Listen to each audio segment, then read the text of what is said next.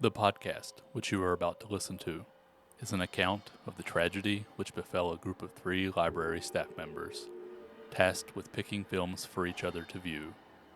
It is all the more tragic that they were relatively young, but had they lived very, very long lives, they could not have expected, nor would they have wished, to listen to as much of the mad and macabre as they were to experience this day. For them, a day at the office became a nightmare. The events of this discussion were to lead to the discovery of one of the most bizarre podcasts in the annals of American history, the Real Opposites Podcast.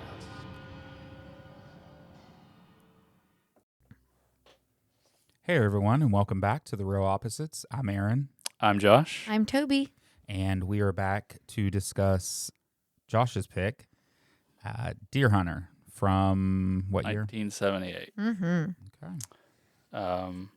So the reason I chose Deer Hunter, among many others, is I think it's just one of the best movies ever made. It is certainly it's intense. Heavy. Very heavy. It's not, there's not really any levity.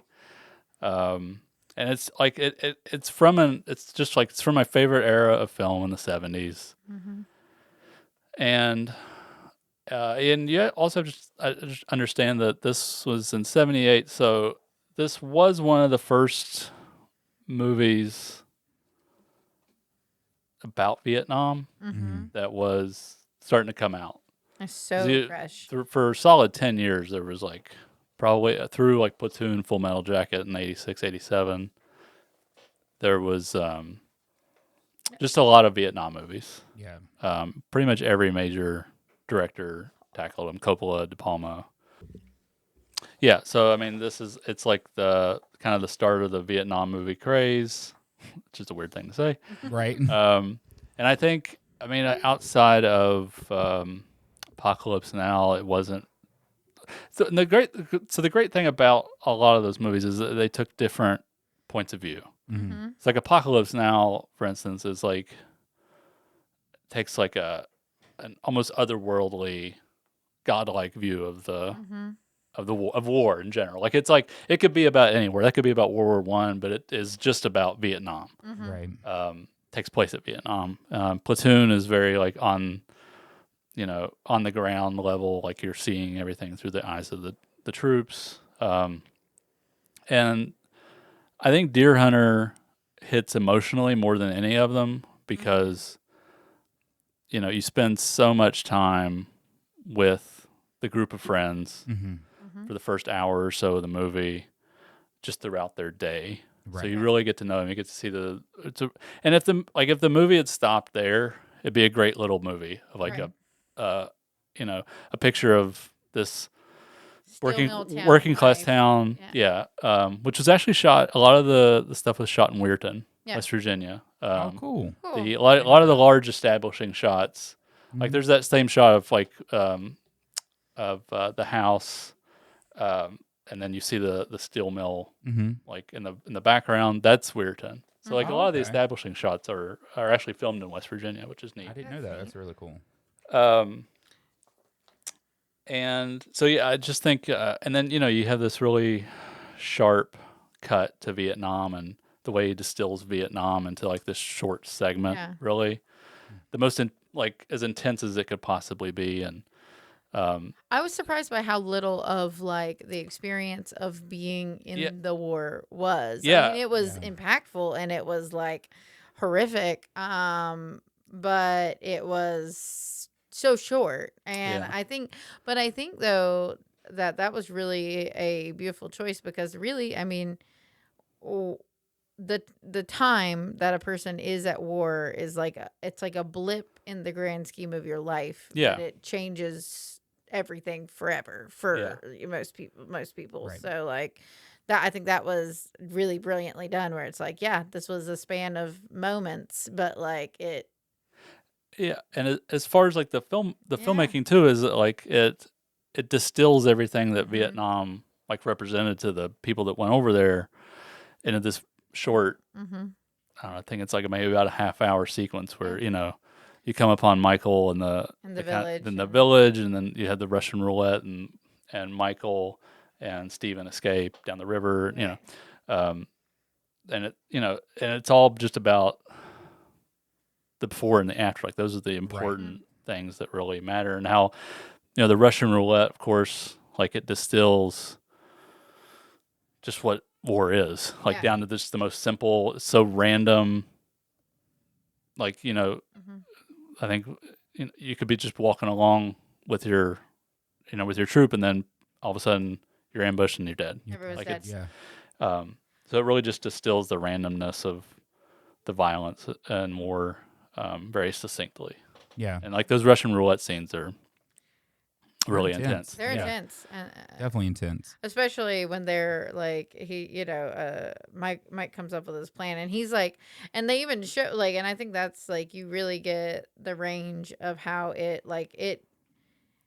you think Mike is gonna, or not Mike, you think Steve is gonna be the one that comes back totally mentally broken, right? Yeah. Like Nikki's holding it together a little bit better on the surface, Yeah. and then he gets into the, and then he gets pulled away from them, and you see him at the hospital, and he can't remember anything about his life before. Yeah. It's like his whole life has been erased by like those moments with the Russian roulette and like being held as a POW. It's like he can't remember, he can barely remember his mom and dad's names. Yeah. He can't answer like what his name is. He can't tell you their birthdays. He's just, and then the doctor's like, we have to get him out of here. Like he can walk and move, so let's send him out. It's like, that sequence is one of the finest pieces of acting. Yeah. Like you feel everything. He doesn't really say anything. Like Yeah. I can't remember. yeah. But I don't even know if he says that. But he Doesn't. He just starts crying. He just starts crying, and that's a really gifted performance and performer when they can convey everything just through the action, through their eyes. Well, and Christopher Walken in this was, I've never seen young Christopher Walken, I don't think, in very much, and I was just like, oh my God, he's a baby. Yeah, this is pretty much his first, and he's so good. Movie. Yeah, and he won an Oscar. I mean, I think that scene won him an Oscar. Which he should have, because like even the scene at the end where he's just like, it's the Russian roulette at the end, and he's just like, he's crying, vacant and not there, but he's crying. But it's like he's still there. He just can't.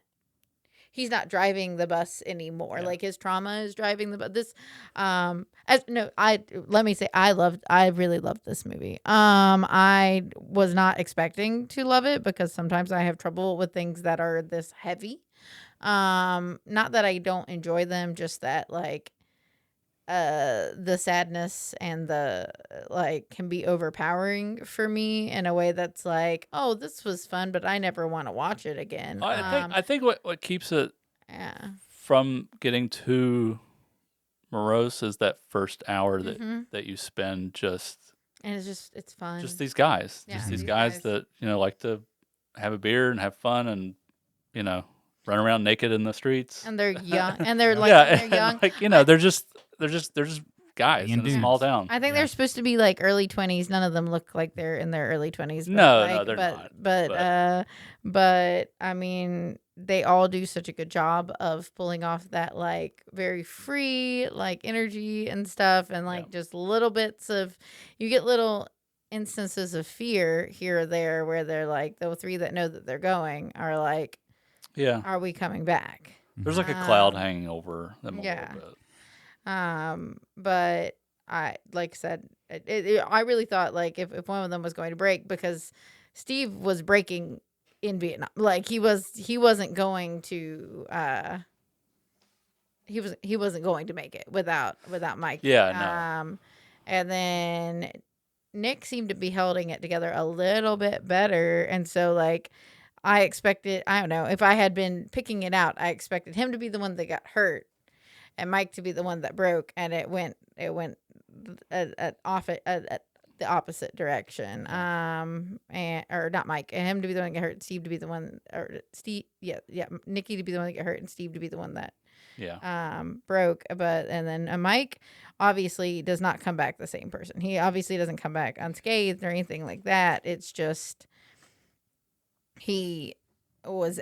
He can't just assimilate back into No, his life like he that. can't. No, he comes back and it's like, oh yeah, well he made it through, sure, better than the other two, but like he can't. He goes home and his friends are like messing around, and he's like, this isn't fun, and loses it. Like Yeah. you know, I mean, he can't even Yeah. like go see them. Like they're Yeah. having a party, and he can't even. No. He just goes and rather be hides, basically.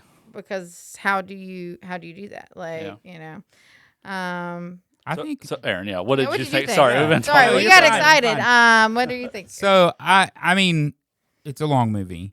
I'll throw that out Is there. it? So I told you to Yeah. break. You can break it. But- you can split it up in half. But, right, and I did. But it is a long movie, and I think for that reason, it's probably not my favorite ever because of that. But other than that, I mean, the movie itself is actually really good. Mm-hmm. You do have, and this is something that I would have avoided thinking it was about war. I'm not a big war movie person.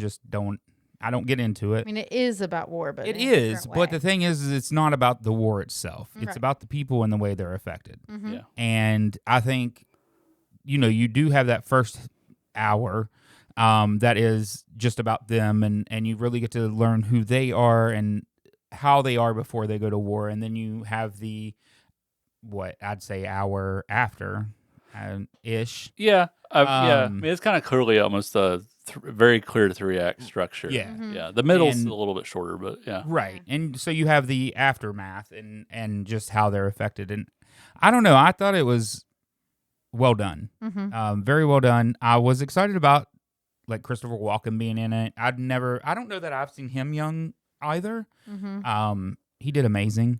Oh yeah. Yeah. And where we were talking about him being like so hollow-eyed and things like that, I did read that he got that by just consuming water, rice, and bananas. Yeah. Like to just be not there, just be Yeah. shut down. Yeah. I look mean, shut down. They were all on when they were like during the Vietnam Mhm. scenes, like they're all on very strict Mhm. like diets where they're not eating much, so they can look like emaciated. Right. And Weak and Cimino, the director, said, don't shower, so they didn't shower, so Yeah. that there's like a level of authenticity, and like when the when the Vietnam Vietnamese are like during the Russian roulette are slapping, That's like all they're real. full on slaps, and they're Yeah. not like they're like Cimino didn't say that you're going to get slapped this day. Right. They were just so all the reactions are genuine. Yeah, They're just Right. I like, read that too, and I thought that was. I mean, and Yeah. it shows. yeah. And I think this movie did a lot of that. It did a lot of pulling the real emotions out, Yeah. and really helped tell the story, and especially afterwards. I mean, and then you have when Nick dies in the Russian roulette at the end. Like it's just such a heavy, sad moment because you Yeah. can see in their eyes just they've changed so much. And like what a cast. Oh, yeah. With like I know like I'd like with Meryl the main Streep. cast and Meryl Streep wasn't as big then as she No, has this later was become. This her was first early big in role her- that Yeah. put her. and then John Cazale, which His you last This- role. you might not know, but it was his but it's his Yeah. last role, and he was like So he. they had to fight for him to be in it because he couldn't Yeah, be insured, so Nicholson- Robert De Niro paid his Yeah, yeah. that's what I meant. Robert De Niro Niro. paid his insurance. Meryl Streep refused to be in the show if he wasn't Mhm. in it, and the director even was like, "I'm going to walk if we don't." Because they were going to drop him And- because of his and Because his he was cancer, diagnosed with his yeah. cancer. diagnosis. Yeah. And you can tell he's dying. Like I feel like you can tell he's sick Yeah. through the whole. Like he's good. Like he's still wonderful. I mean, it actor, fits yes. in a way. It kind of brings all that. Yeah. Like I Yeah, said, and- there's so much about this movie that just brings the real emotion in, and that is one thing I did Yeah. like about this movie. I've said many times how I like character development, Yes. and that's exactly what this movie is. Oh, this Yeah. movie I mean, is that's all character 100% development. all you're getting. Yeah. You do get that little bit of war, but it's because of what it's doing to the people. Yeah, I mean that's part of that's part of the arc for the characters. Mhm. Like there's Their no life. movie they don't go over there and suffer. Right. If and I like how the the one shot thing is layered early on in the movie too. When they're on, like, Michael's obsessed with one shot to kill the deer. Yeah. Like, Right. can't you know. Although that first scene of the deer dying was a little sad. I'm not gonna say. I'm not gonna lie. I don't know. Yeah. It It's not bothered real. me. Yeah. Huh? It's not real. Well, whatever it is, it looked real and it looked sad. Well, and Yeah. I think that I mean, I assumed it wasn't real, but Yeah. that is also, I mean, I think that's part of what you really get from his character development is that, like, oh, this is a man that goes out and he hunts and he kills Right. and he does these, and when he gets home, he can't just take a life anymore. right. Yeah. He's seen too much of it, and he can't, even though it's just a deer, he can't, like, Mm-hmm. you know, And that's like, man, that's cinema. yeah, that's Right. beautiful. Like, you don't say a word, but No, that's just, it's good writing. right. Mm-hmm. You know. You can infer everything that he is thinking and feeling and what he's gone Mm-hmm. through by just his actions and the way that it is set and shot, because he has it Yeah. clear and he just can't do it. And that's another thing I like is when you can really do your character development and feel it rather than hear it. Yeah. Rather than it need to tell me what they're going through, I can see it. Yeah. I can feel it from them. And that's one thing I like so much about the movie. So when I watched it first time on video, it was 30 years ago. Mhm. Of course, it was a double tape set, and Mm-hmm. that was always a big. Always Ooh, love this is a those. double tape. Yeah. Double tape that. And it was like because there's so little conventional structure or exposition or plot, especially that first hour or so, it feels like an out of body thing. It feels like I'm there Right. with Yeah. them. Like Mhm. I'm You're just there with your friends. like I'm a having fly on the day. wall and I'm just observing them. It's almost like a documentary. Right. And I love when a movie's like that. That Yeah. fly on the wall feeling. I really do like And that. he shoots everything. Most of the movie, but especially those scenes are shot like really long takes, wide angle, so people move in and out of frame. So it does give it like a documentary. People assume documentary approach means like handheld and shaky, but Right. documentary approach is like people, like the characters and people are not moving. Aren't the camera is not dictating where your Where eye they're- needs to be. right. The people are. So I love how he shoots all that just in these wide masters and allows just for you to take in the surroundings and put yourself in their shoes and yeah. I think overall it's probably a movie I would have to watch again. Just because it is long and I have attention problems. But I think it's a movie that I'd have to watch again. That I would want to watch again because I would want to take in more of the detail. Because of course I got the overall what was happening and things like that, but I'm sure I missed some little things. I feel like there's little things that happen that's very possible I missed, but even if that is the case, there was so much going on that, like I said, you didn't have to be told what was happening. You Yeah. could feel it, and I don't know. I liked it. I thought it was good. And I love, like, even the little things that are just part of life that are kind of set in the beginning. Like there's little bits of drama among the friend group. There's the fact that Michael and Stan don't really Mike and really Stan get don't really along, get along. Yeah. Because he already sees when he wants the Stan boots as and like stuff. just irresponsible, never has it together, like that kind of Mm-hmm. vibe, and like they just don't get along. You get that Mike is in love with Nikki's girlfriend, and Yeah. you get that from the And beginning. she It's is like it's not one sided. Like it's not one-sided. She is looking at him kind of longingly as well. Right, but There's she's this- like, I'm with your friend. Like, Yeah, she puts up, like, she keeps trying to put those walls in place because she knows that she can't, like, that, I feel like you get a lot, again, just from her acting, like, but Nick is doing these things for me. Like, he's letting me stay in his apartment. He's protecting me. He's keeping me, like, and it's like, I can't, And then she runs over to Nick and kisses him in front of him just to like be like, hey, like, I need you to stop because Yeah. I can't deal with this right now. Not right. I'm not breaking up with him right before he goes off to war is Yeah. also, I think, part of that too, is it's just like in a different time, sure. And we do get that different time eventually. And that's, I figured from setting that up, I kind of figured that Nick wasn't coming home. But I just, Well, Nick's he's like the most innocent one. yeah, He's the baby. Yeah. he is the you baby know, of the and group.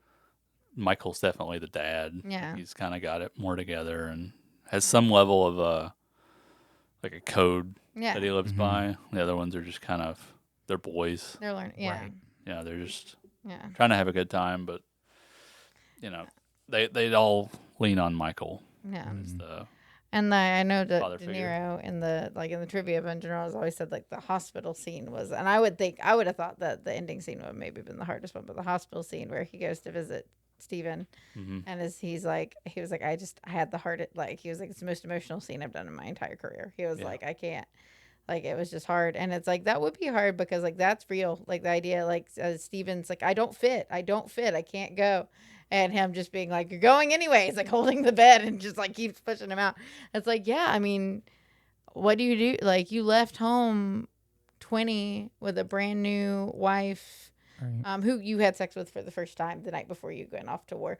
And she ended up pregnant. And now you come home and you can't do any of the things that you expected to be able to do for them. And Right. it's like, that's a hard thing to go through, and like Mike just having to be like, they still like the idea like we still want you around even if you're not who you were when you left is like, I don't know. Yeah. It was beautiful. This is a beautiful movie. Just going off the De Niro stuff, that he also set out the Oscars. Mm-hmm. I thought that was interesting. Well, there was a controversy because there was around so the much movie? controversy Yeah. surrounding the movie. Was it? I mean, the controversy that it's talking about, was it because it was of the Vietnam, or do you know what? Do you know what the controversy was? Because it just says the controversy. I thought it was interesting that he asked them that, could I just sit backstage, and they were like no, so he stayed home. I don't. But I didn't know what the controversy was. I didn't know I if it think was the just the only controversy I can think was that it's the certain like the Jane Fondas at that time, like were that the Vietnamese are only characterized as savages who are right. know That but might have been some of it. Yeah. but like Cimino was like, I pulled this is all from articles that they did do Russian roulette and that they Right. were savage, and I mean it's a POW camp. They're not serving them Right. Exactly. bread and coffee in the morning. Like Yeah. it's Yeah. That's what I was wondering. If you it know, was like just that's that, the only like, controversy I can the think. controversy over Vietnam, and yeah, what and took it's place, still. I especially mean, this since is it was only fresh. it's only a few years after the end of the war, Right. And I think. And that's not the film. And Cimino said that he's not like trying. It's not a political film. Right. Right. It's not a film I don't painting think that it comes anybody. across It's that like way. it's just it's an emotional film. It operates purely on an emotional level. There's Mhm. I think that's the reason there's not really like a plot. There's no villains. There's no. No. It doesn't operate like a typical narrative. It operates purely on a docudrama style of engagement that it's asking the audience. And I don't Right. feel like any part of it was disrespectful, right? Like it's not like it No. was saying, I mean, It's from their perspective when they're in Vietnam, when they're in the POW camp. Yeah. Like Right. you're down there in the water with them, yeah, like and there's you're looking up and you're seeing all this, and you're so if it had been from the point of view of the Vietnamese, maybe you got a different story, but that's not what the movie is. Right. Yeah. And that's the thing of like, it's like, yes, I mean, I get like there were a lot of anti-war sentiments when people came back, which fair, but also like the idea that like, yes, but these boys went and this is what they experienced, and it's such a large population of America at this point. Like it's, Yeah. that story deserves to be told regardless of Mhm. like how you feel about like, and maybe people thought it was like too negative about war, and it's like, well, That's I what mean, it's- war is. That's what Like I was that's gonna what war say. I is. mean, Like that's what war is. And, That's and like- once again, it's not like it focuses on that. Like it does, but Yeah. it doesn't. That's not Yeah. the point of it. Oh, I feel like and I if don't feel like it anything- comes across that it is. And I mean, so much of this like really set the tone for the next 10 years of Yeah. Vietnam movies. I feel like too. if anything, the point of it is we should be looking into these men when they get back and right. Yeah. finding ways to make sure we're okay, which we it was, this exists and we still didn't do, and we still don't do. so much of the Like, movie is about their PTSD and how Yeah. Mm-hmm. how it affected them. And I mean, if there's ever an anti-war movie, it's this one Yeah. because it does not glorify the violence, No. the Right. war. Like it is it's a hellish Mhm. landscape for them Right. when they're there. Like there's Yeah. nothing that you can be like, oh, that looks like fun. Yeah. Right. You know, I wanna join up. Right. And I exactly. think that's Rah, also rah. Yeah. tends You know. to be my thing about war movies is it's like I don't personally feel that way about Mhm. about armed conflicts. I don't feel Right. like rah rah is where Yeah. we should be about that. And Like so I want to the- join to be a hero type thing. Yeah, I Yeah. don't. And it doesn't and- do that. And so watching movies that do that, they just don't really It's propaganda. It's not, appeal Yeah. because And I think that's a lot of why I propaganda. Yeah. Yeah. usually if like you say it's a war movie, I'm like, how about no? Yeah, because it's. but- I think this even shows that even the war hero, the guy who got his friends out of the POW camp, right, who carried them on his back to like things and got back, is not is not okay. the hero's not okay at Yeah. the end. And I feel like so many stories that like even like fantasy stories or things like that focus on like people that are having to take life, protect life, like those kind of things don't really hit on like The hero not. it doesn't. You're not okay at the end Right. of it. Like you're different, and like Mhm. even if you are well adjusted and more okay than others, it's not doesn't go away. Right. doesn't go away. And That's I like feel Frodo in the Lord of the Rings. Like, Yeah. he can't go back to Frodo you can't can't go go back to the home. Shire. Like after you Like- experience so much hardship and see your friends die, and it's like Yeah. you can't the same. just go back carry home. something Yeah. that corrupted your soul for Yeah. like and have to deal with like who you became over the course of the journey. Like it's just Yeah, it changes you. And I feel like the way this film does handle that, I feel like it was Mm-hmm. almost ahead of its time in a way. Yeah. Really looking into the PTSD part of it and how people Mm-hmm. are affected by the war rather than just the hurrah part of war. yeah. I don't know. I just feel like it was a little bit ahead of its time and maybe we should have listened to it a little better. Yeah. For sure. I think it was a bit. I mean, I don't think so. I do think that like people knew that this was a problem, right? Mhm. Like the Yeah. idea of shell shock Right. or like PTSD. I feel like it don't wasn't know- addressed. I don't know that we as knew much. what PTSD. Well, clearly not, because like that's the thing that the true tragedy of Nick is they just go, "We gotta get him out of here," and they slap him back in his uniform and they send him out onto the streets of Saigon. Yeah. And no one keeps track of where he is, and no one checks in to make sure he's okay. Like fine, you don't have any bullet holes or broken bones. You're fine. Yeah, and he gets lost and taken advantage of in a very like I feel like kind of progressive human trafficking kind of way. Yeah. That, like you don't really see men in that role very often, but like they, on some sort of drugs to numb the like pain of what he's gone through, and he's just like he's clearly suicidal because his choice and things to do is to just play Russian roulette over and over and over again until it eventually gets him. Yeah. Which it didn't do. I do like that rats in the water was real. Yeah, and it's like so much of that whole sequence with them in the water, and with John Savage, Steven, and De Niro, Mhm.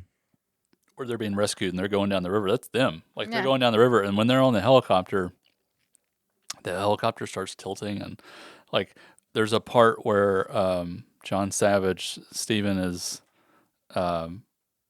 I forget what he's yelling, but that's not him. Like he's not in character. Like he thinks he's gonna die. He thinks, Well, Like he yeah. was afraid of rats, I guess, Yeah. and there were rats in the river. yeah, And him yelling, I mean, when they're on- Michael, rats are there are rats Yeah. in the water was him yelling at the director, Yeah. not Mike. yeah. Like- Uh, Mhm.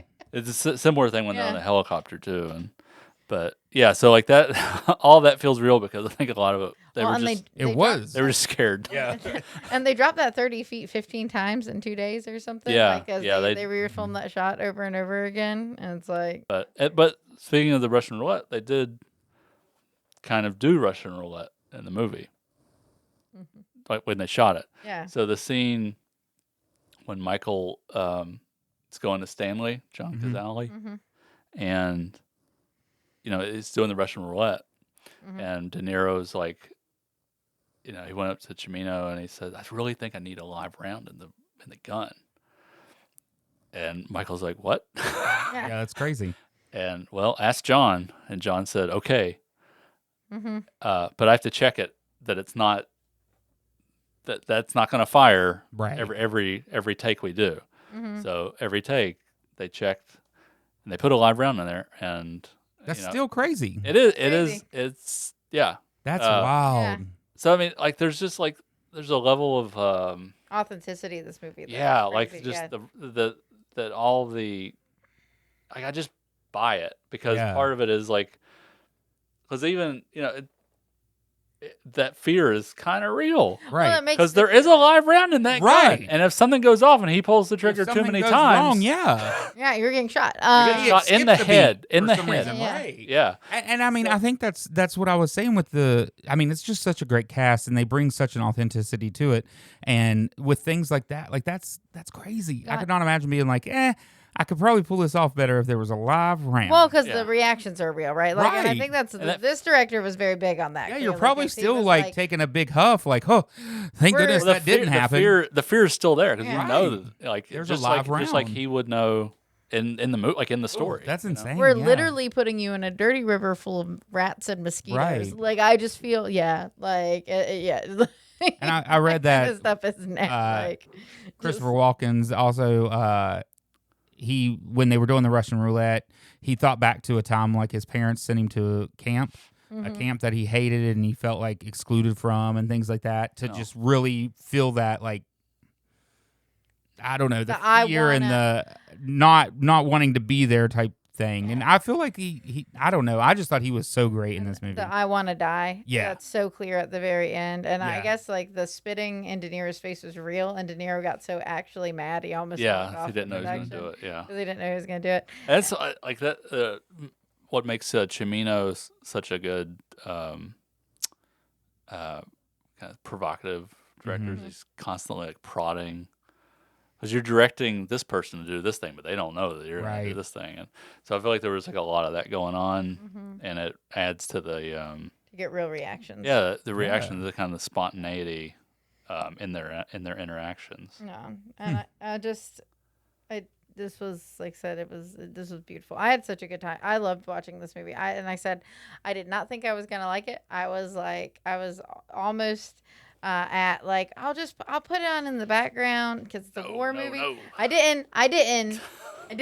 My husband goes, like he's like, I love this movie. You got to actually sit down and watch this one. I said, okay, I'll, because I usually watch them, but like sometimes if I think it's going to be sad, I don't want to watch it. He's like, it's going to be sad. You're going to be sad. Just watch it anyway. Yeah, And I did, and it was wonderful. And like I said, I think it's something I want to revisit at not yet. Not immediately. Not immediately, but like later down the road, revisit it and really take it in even more. Because just the cast is amazing. The way, like I said, the character development is just so great, and you really do see what they go through. And I guess this was one of the first like Vietnam movies about Vietnam. Yes. Yeah. Probably certainly the first big. I think Coming Home may have been around. Maybe it's been the same year. I'd have to look. Oh. It might have been after, but this was like the first like really big high profile. Mhm. Robert De Niro, who's real. I mean, honestly, it was Robert De Niro and John Cazale. Mhm. Those were the two names because of The Names. Godfather. Mhm. So I mean, it was really just him. Like Meryl Streep and Chris Walken, like they hadn't really done anything. Yeah. So I mean, really, it's not like think of it now as like a pedigree movie, Mhm. but it's not. And I mean, De Niro, he had done The Godfather 2 and Taxi Driver, Mhm. but he had not been in like a A ton of movies. Yeah. Like any sort of The Godfather 2 is a won Best Picture and everything, but it was not as successful as the first film. No. Even though now it's generally regarded as the better movie. Mm-hmm. But so he didn't like it's not like he was in Grease or Right, he wasn't right. like a John Travolta kind of big huge name Like, that people knew him, attracted every Right. all ages. He played that character I mean, the character he plays in this is super well done though. Yeah, no, it's not anything to do with the acting. I'm just saying, like, if you Like, looking back now, we're like, oh, what a great cast. But Right. back but then, back it was... then it was like, hey, the guy that That's won an a Oscar cast. for Godfather 2, Right. playing young Marlon Brando, Yeah. and Travis Bickle from Taxi and these Driver. other people. And, Yeah. I mean, and yeah. So that it was that successful really is like it all rests on the movie. Yeah. Because there's no like, big pedigree here, and Cimino's is only his second movie, so. And John Cazale, I think it would have been nice if he had gotten to have more of a career because like every movie he was in was nominated. For, like, He an made Oscar. he made 5 movies, Yeah. and 3 of them won Best Picture, Wow. Yeah. and all 5 of them were nominated, and all 5 of them are just some of you would easily put in the top 10 of the 70s. But The Godfather 1 and 2, Conversation, Deer Hunter, and Dog Day Afternoon. Mm-hmm. So like, those are 5 of the best movies of the decade of all time. Yeah. So, I mean, yeah, it's really a shame because he's such a good actor. Yeah. Like in everything, like in all 5 of those movies, he is, he's not your typical handsome leading man, Right. But he just embodies the character, and like you just completely buy him in all those roles, and they're all very different roles. Right. Yeah, it's just a shame. That is a shame. Yeah. I guess like him and Meryl Streep were together. Yeah, they Yeah, were. they were. She spent During like this and then after. Right Yeah, up she's- until he died. Yeah. yeah, she spent like a month in the hospital with him, Mm-hmm. Mhm. kind of watching him die.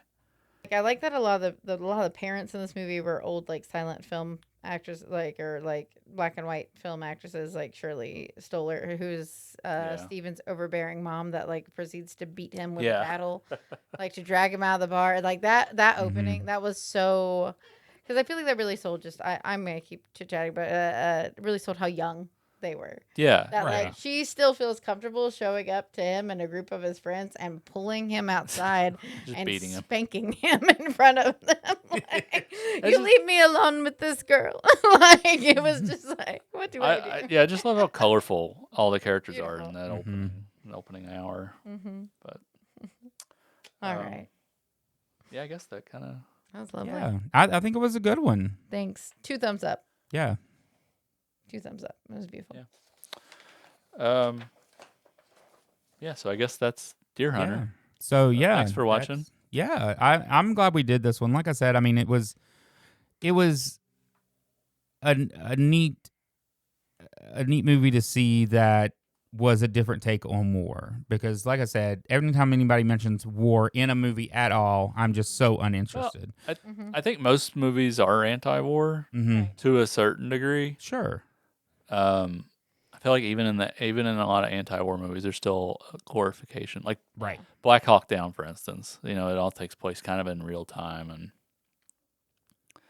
but at the end of the day, they kind of, I don't know. It doesn't. It's just chaos. Like it's Yeah. not. Right. There's I can hardly tell who anybody is, and I'm just following people that are just shooting a lot of other people, and it just kind of becomes chaotic without an anchor for me. Yeah. Yeah. Whereas this, I mean, there's like a couple of like true anti-war movies like this, and Kubrick's Paths of Glory, which is a World War I movie. I think those are I think kind of stand tall. they were talking about like John Wayne was not a fan of this movie, but his last public appearance was presenting the award. Yeah. Because it's very different than like Green Berets. Well, yeah, Green Berets is a cartoon. Yeah. Like all of it. I mean, he had some good movies, but they're not authentic. Right. No. War. You might as well have been in a GI Joe Yeah. Right. cartoon. Like it's all rah rah. You Yeah. know. And that's what I appreciated about this. It wasn't, and it was a really good. It was a very, I feel like, Character realistic driven. depiction of what it is. I would say like one that strikes a really good balance. Saving Private Ryan. Mm-hmm. If you've never seen that. I've seen I think a majority Like of it. you get certainly in the opening, the D-Day invasion. Like you get like you just feel like you're there. Like it's the most accurate depiction of war. But you also spend a lot of time with them and like who they are outside of their role Right. in the war. Like it's not. It's similar to this. You know, it's not. It doesn't glorify them, but it does honor that they. Shows the human.